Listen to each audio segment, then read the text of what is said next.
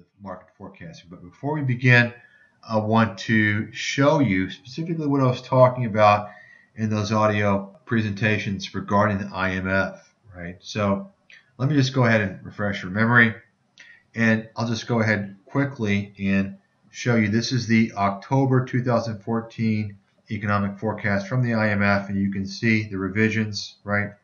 2014 world output 3.3 down by 0.1. Previously it was 3.4, right? So you can see the changes that have been made. This is the July. Okay, we'll get back to this in a minute. I just want to show you briefly. And I'm watching the IMF. I'm paying close attention. I'm monitoring these guys because these are, they're part of the criminal establishment that's screwing up the world. And, for instance, they are going into Greece and Italy and Spain and Japan, and they're telling the leaders there that they don't have enough women in their workforce. So you have these international bankers, these pinhead morons who are responsible for causing the problems in many of these countries. And I'm talking about the Fed. IMF is their mouthpiece. And you have the IMF through the Fed that's basically trying to restructure, re-engineer the cultural aspects of nations that, for whatever reason, just don't prefer to have their women typically in the workforce as much. Perhaps women in Japan and Greece and Italy and other nations prefer to place an emphasis on a woman as the centerpiece of the family, right? Who are these bankers to come into these nations and to try and change their cultural dynamics, right? This is a big problem, and it's causing problems in the EU. This is exactly what the globalization agenda seeks to do. Remove all sovereignty, make everyone drones, everyone the same. They're already telling everyone there's no such thing as race, and they're trying to make that a reality by flooding Western nations with people of color through multiculturalism. Don't want to talk more about that. I've talked about that in other videos, but these are things that you have to keep in mind because they do enter into the periphery of the investment realm. Okay, these are important to understand these developments. Anyway, and by the way, you may not sense the importance at first, but if you have a running understanding of these issues, you will note down the road things that are occurring. For instance, part of the IMF's agenda is to create a fiscal union with the EU. They want all the nations in the EU to go to a centralized body, maybe the ECB or some body, that to have their annual budgets approved. The annual budget of France, Germany, Spain, Italy, Greece, Portugal. The other nations, member nations of the EU, they're going to have their budgets approved by this central governing body. And what that means basically is each nation is essentially going to have a very similar cookie-cutter budget. It's going to have similar social programs, similar everything. It's going to completely destroy the sovereignty. They already have many laws, universal laws of the EU, right? Those of you who are Europeans, you understand what I'm talking about. None of this is going to be salvaged unless you people fight for your right to remain a sovereign nation, to keep your cultural heritage. You can't rely on the politicians. They've all been bought off by the bankers. So anyway, just keep all these things in mind when you hear the IMF, the World Bank, and these other bodies talk about these issues, right? Because it's all connected. Anyway, so April, you can see the changes there they've made. And this is the January 2014, right? We'll go through these in a second. And this is the July 2013. Let me just go ahead and remind everyone. I talked about the IMF in the audio presentations, but you may have noticed the IMF has recently come out and made some what I feel to be inappropriate statements, comments, conclusions they've made that are really outside their scope. It's not appropriate. I don't know what the hell they're doing. They're outstepping their reach. And some of these statements are such as, the markets could experience sudden sell-offs. the markets are in a bubble. This is no place for the IMF to dabble. And I feel that they are doing this as a way to try and warn about issues in advance because they missed the financial crisis and everything around that. And they realize that there are issues, as does everyone else, but they don't really know what the problems are. So therefore, they don't know what the solutions are. And they really don't know what the primary risks are, although they keep identifying things. So all they know is really that there's problems. So as a result, they're trying to come in and pretend like they're relevant. They're Superman. And the reality is they're a bunch of overpaid bozos. And the problem with that is that, of course, these bozos are responsible for determining the fate of nations. This is a huge problem. As such, I wanted to emphasize an important point. When the IMF comes out and spooks the markets with statements such as what I've discussed, you got to understand that their perspective is relative to what they know and what they've missed in the past, and perhaps what they don't want you to know. Just because the IMF is just now starting to see the reality in the EU and the rest of the globe doesn't mean that things are getting as bad as the markets portray, right? What it does mean is that those who move the markets, including the establishment, have been behind the curve. It's as simple as that.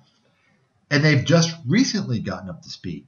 Thus, if you were aware of this, that means you were ahead of the curve. And of course, that means our subscribers who have basically been paying attention to our research. So what that means is that your perception of things should not be altered by either what the IMF, ECB, Federal Reserve, or anyone else says, because they're all just now getting up to speed, right? We only want to be aware of what those behind the curve are noticing now so that we can try and understand their irrational behavior.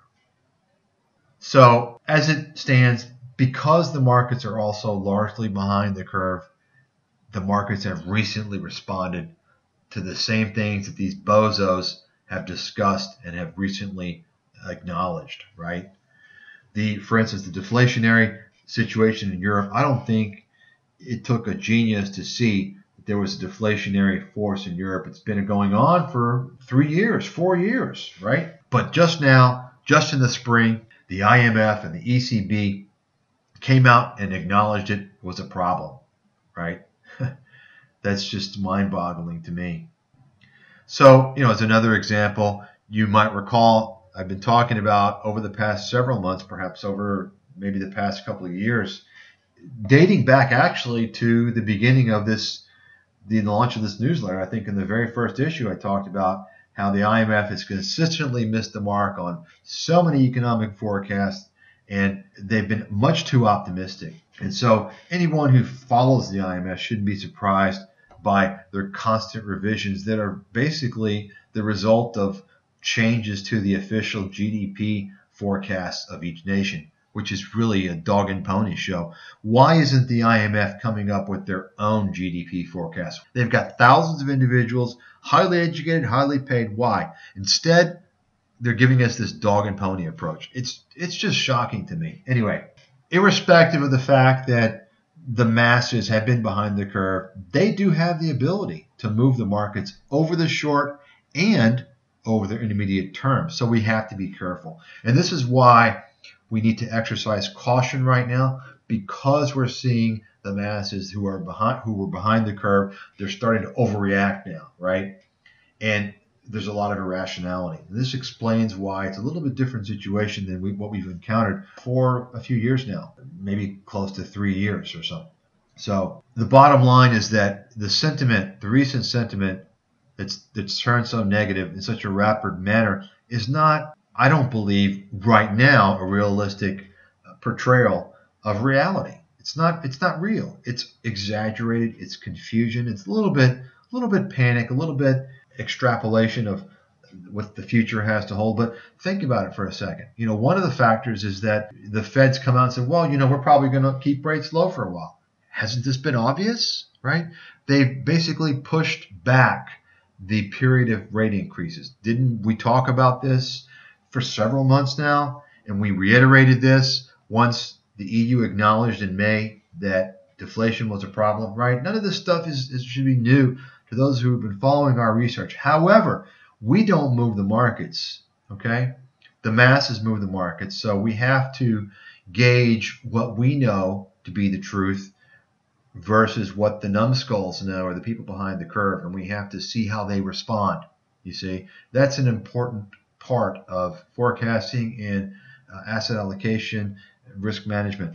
So don't lose sight of that.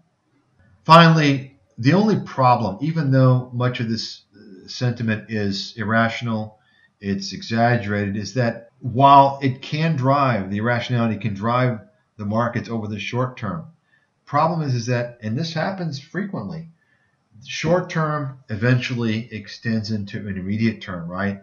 And when the sentiment is bad, things are exaggerated. Sometimes you'll have an event that has nothing to do with what caused the sentiment to be negative.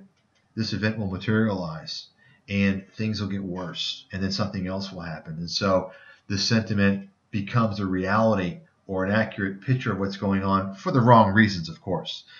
But the bottom line is that it does create a longer term trend. So we have to be careful about that. I see this happens quite frequently. Okay. So that in essence, the dummies have been the predictors of what has happened for the wrong reasons. Bottom line is this: don't underestimate the effect of the short term sentiment, irrespective of how much exaggerated it is or how clueless these people are, because the ability of the markets to move based on ridiculous things or an exaggeration, we cannot deny that. Okay, you can see now October 2014, the U.S. It was upgraded 2.2% 2014, 3.1. I don't think 3.1 is going to happen. I think at best we're looking at the high twos in 2015, but that's not really the point. I can go through and scrutinize all this data. This is a July 2014 World Economic Outlook, the update from the IMF, and you can see the U.S. growth was 1.7% for 2014. Why? Because they slashed it by 1.1% growth. Why did they do that, right? Because now it's 2.2%. You'll recall in the September issue, the forecast I've discussed, that I thought the U.S. was going to record at least 2% GDP growth in 2014, maybe higher, and that was the highest, even higher than all the cheerleaders. Well, the IMF has followed our lead now, right? So why did the IMF, you remember why they slashed it by 1.1%? Because they saw the GDP come in really low. Remember that? Really low GDP, Q1 2014, 1.8%. Remember that? Of course, it was revised since that time. The IMF basically just did a little first-grade arithmetic. It's really ridiculous. And then hopefully you'll remember this chart from a couple of months ago, maybe, I don't know, June or so. I showed this where the IMF was slashing their forecast again and again, right? And so, they had the U.S. as of April 2014 at 2.8%, right? And so they basically did a knee-jerk response based upon the GDP numbers. Folks, that's not how you do forecasting. You look at the bigger picture of what's going on, and I'm just showing you this to convince you once and for all, the IMF is a joke. Their only utility is to access the data that they have, even though, of course, there's going to be some potential inaccuracies of that data. But the last thing I'm going to do, and you should do, is to pay attention to their forecasts. Look at the raw data. Forget about their assumptions or analysis, their forecasts, because they're a bunch of clueless pinheads. We're looking at the EU, right? Well, there's worries over the EU. This is not surprising to us at all. As I mentioned in one of the audios, I think that we're looking at a triple dip recession for the EU in 2015. Not certain, 65, maybe 70% at this point. Certainly there's going to be several countries that move into recession. Ironically, Spain has been showing strength, but I don't think that they can withhold that strength if the EU continues to weaken. And of course, England, has been a hero in the European region, but I don't think that they're going to hold up either. I think they're going to experience somewhat of a disappointment, somewhat similar to Japan, of course, but for a different reason, where it's kind of been a fake type of a situation. It's not a real trend. And then Sweden, Norway, they're doing fairly well in the economy, but I think that they're going to weaken as well. Of course, the big story has been Germany, right? Germany's had, it was the export trade in Germany has plunged by more than it has since January 2009. That's pretty alarming. So we have to look at this into perspective. Not only is the entire weakness of this disaster called the European Union effectively destroying Germany, as we've discussed many times in the past, right? We've talked about this, I've written about it a few years ago. The rape of Greece, right, by the Jewish bankers. I wrote that article. I talked about all these issues. But also the sanctions on Russia, the Western sanctions on Russia, basically the U.S. sanctions, and of course the puppets to the U.S. follow the lead, right? It's adding insult to injury because German exports to Russia have been pretty much halted. And of course, it's pretty obvious Eastern Europe and some of Central Europe has been majorly impacted by these sanctions. So given the fact that the weak euro has not yet been sufficient to boost Germany's overall economy, we see more problems ahead in 2015 for most of Europe. And eventually, as I've been talking about for several months, but I haven't been worried about it, I just kept prompting everyone, these issues are going to trickle down to not only the UK, but to the US.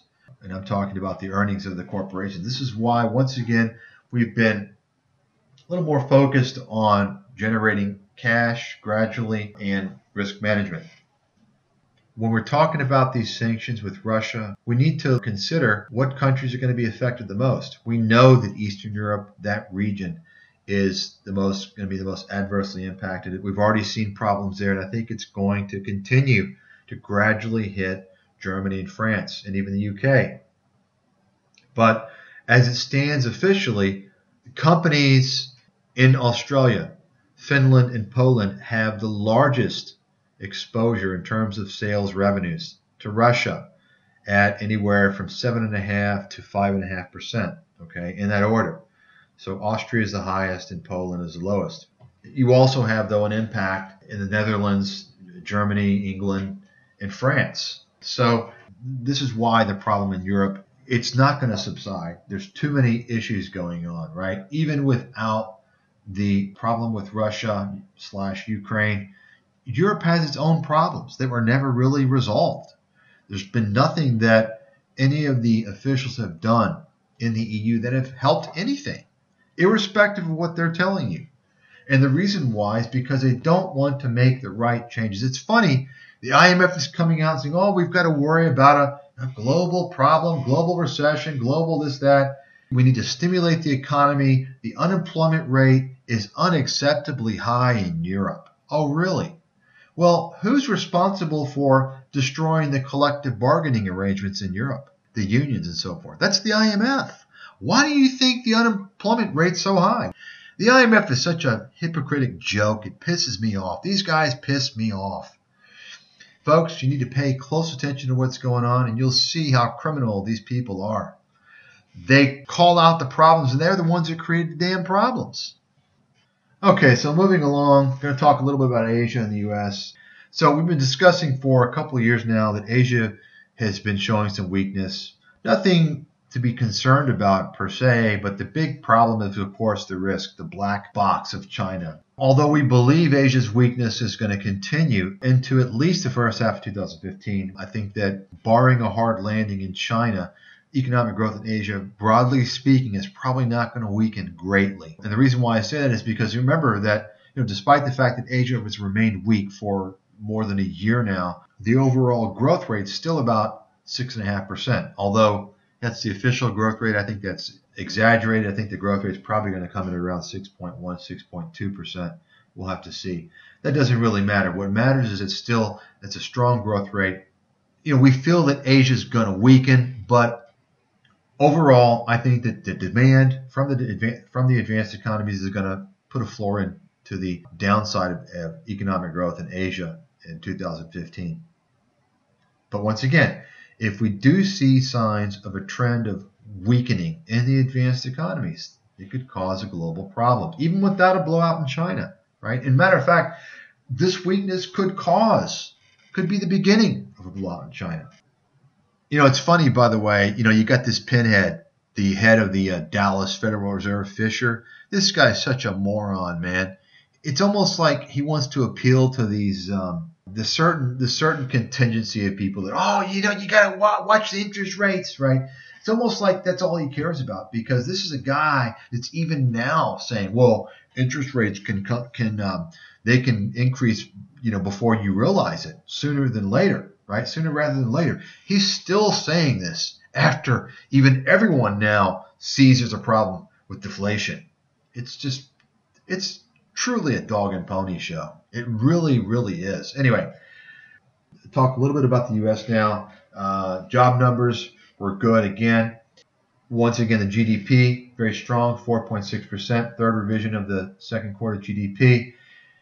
Now, in the Fed meeting, and I talked about the market rallying off the Fed meeting, I talked briefly about the strong dollar, and I talked about the concern with manufacturing, right? So let me go ahead and show you now. And once again, when you talk about the strong dollar, it's not only the manufacturing. I've talked about this in the past. It's also the oil, right? The oil. And for that reason, of course, you've got the shale oil industry in the U.S. It's coming under some pressure now. So there's increasing, keep in mind. So to reiterate, and of course in the audio I talked about, this big move in the market. The top two biggest moves over the past 12 months have been due to announcements by the Fed, right? The most recent one, market soared by 330 points or so because of the Fed basically said that they were in no rush to increase interest rates, which pushed that date, the beginning date forward, right? And then late last year, the Fed announced tapering, right? And the market soared on that announcement. And now we're seeing a market sell-off that's not really been driven by anything specific, although there is concern in Germany. And once again, we're looking at factory orders and industrial output and exports suffering their biggest declines since 2009. It's not good, obviously, right? But it's not something that is not unexpected. We talked about how Germany was going to be pulled down in the 2002 mid-year global economic analysis. Review that period there when we forecast the second recession in Europe well in advance of what the officials wanted to tell us. And there was already a recession at that time. It's the same thing, basically, the same trend. Germany continues to get weaker and weaker and weaker, such that their distinctive competitive advantage that they have held in Europe is really dissipating. And all I can say is to the Europeans, if you want to get out of this crap, if you want to salvage your nation, it's going to be only by force, because your politicians are all bought off by the bankers. That's just a fact. Going to the voting booth is a waste of time. You're wasting your time and you're showing how naive you are.